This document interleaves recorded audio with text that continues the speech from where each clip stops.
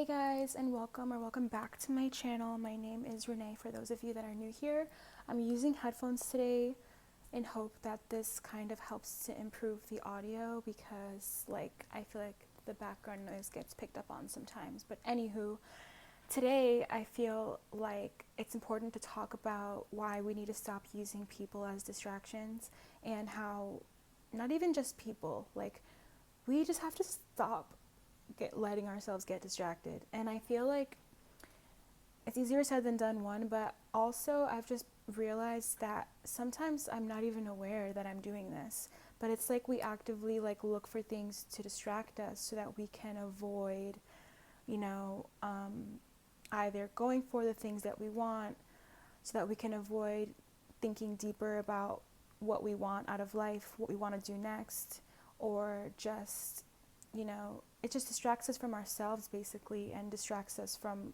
bigger picture stuff. So the reason that I'm thinking about this a lot lately, and I actually made a video about this on my TikTok, is because I came across this thing that was explaining how when a girl is boy crazy, it's basically because what did it say? It was it's because she's avoiding, she's using that obsession as a way to avoid something. And I feel like that's so true because sometimes we think that we're really hung up on somebody and they're all in our thoughts and stuff, but it has less to do with them and it has more to do with you when you become in that state where you're just overly fixated on somebody, especially if you're somebody that considers yourself to be boy crazy or girl crazy. Wow, a slick back bun just, it's nice and it's, convenient, but it really makes you look bald. Anyways, so we can use being boy crazy and being girl crazy, and we can really fixate on a person and just become basically obsessed with them without realizing that we're using that as a distraction and we're using them to run away from our own problems or run away from just deeper contemplation about what we want to be doing in life, and as a distraction from our goals and things that we could be doing to improve our life and our lifestyle, right? So that could be a big sign that you're unconsciously looking for distractions. And I just feel that's the most common one, and it was really a what's it called, an epiphany for me when I learned that, because I'm wow, that makes a lot of sense. I can see how I can do that sometimes. And it also, not for nothing, it gives you your power back because you realize that it's not the person that you care about. I mean, you probably do care about the person, you probably do like them on some level, but it's not this over fixation on them and these more so obsessive thoughts that you're having about this person. It has less to do with them and more to do with you. And when you realize that, you can kind of take the power back and take control back in that aspect, because you can ask yourself the deeper questions of, what am I avoiding? What am I not wanting to think about? What role is this playing in my life, and what is it taking me away from? I've definitely had moments like that, and I feel sometimes we're just looking for distractions, even if it's spending time on our phone, scrolling on social media. I realize that I do this a lot when I'm procrastinating, or when I'm avoiding something. So for example, right, before I go to work, I'm a little bit procrastinating. I don't want to go to work sometimes. I'm grateful for my job, and I'm grateful that I can support myself, and I'm grateful to have work. I am grateful. I'm just saying. But there are days when I'm procrastinating because I just don't feel like going yet, and I'll find that I'll use anything to distract myself, whether it's using my phone or staying longer for my workout and just because I don't want to go to work yet, or eating a longer breakfast just because I don't want to start working. I've used this desire to look for a distraction in times that I'm procrastinating, in times that I'm avoiding doing something. So I challenge you to just become more conscious of the moments that you're looking for distractions, and why are you doing that?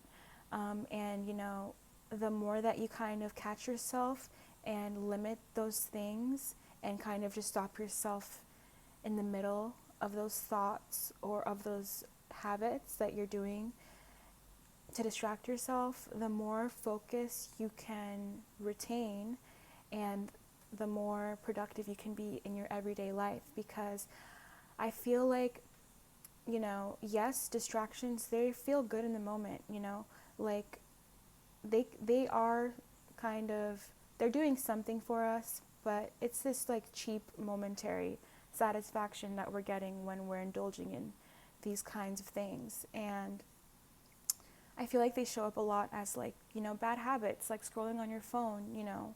If you're doing it for long periods of time, that's a bad habit. So I would say that if you can limit this behavior or catch yourself, you can really get your focus back. And also, I just want to say that it really is a fulfilling feeling when you get your focus back, when you get your sense of discipline back, and when you start kind of feeling more authority over the direction of your life and over your sense of self again. And I think that this is something that, you know, overly indulging in these distracting behaviors, whether it's overeating or, you know, being boy crazy or, you know, vaping or just like any kind of behavior that can be used as a distraction, overspending, you know, like this is how these kinds of things show up. When you kind of get a handle on those things, you bring so much more like energy and like vitality and sense of fulfillment back into your life that these things were draining from you. Like we all know how draining it can be to kind of just overthink about a situation all day, overthink about a person all day. Like that is freaking draining. That's taking your energy away, that's taking your power away, and it's taking away your focus that you can be using to create the life that you really want, to better your life, to better yourself. So, like I always say, I take my own advice. I'm not an angel, I'm not perfect, and these things apply to me too. It's just things that I'm noticing and things that I'm learning. And especially when it comes to people, like don't use people as distractions, and don't run away from yourself because you're always going to be there. You know, we can only run away for so long. We can only avoid things about ourselves, about our life, about our problems, about things we want to change, about things that are making us not content for so long, but they will catch up to you. And if you choose to ignore them and avoid them, just know like that's playing out in your life in some other way where it's taking your energy and it's probably not getting you closer to where you want to be or how you see yourself living your best life. So, moral of the story, don't use people as distractions.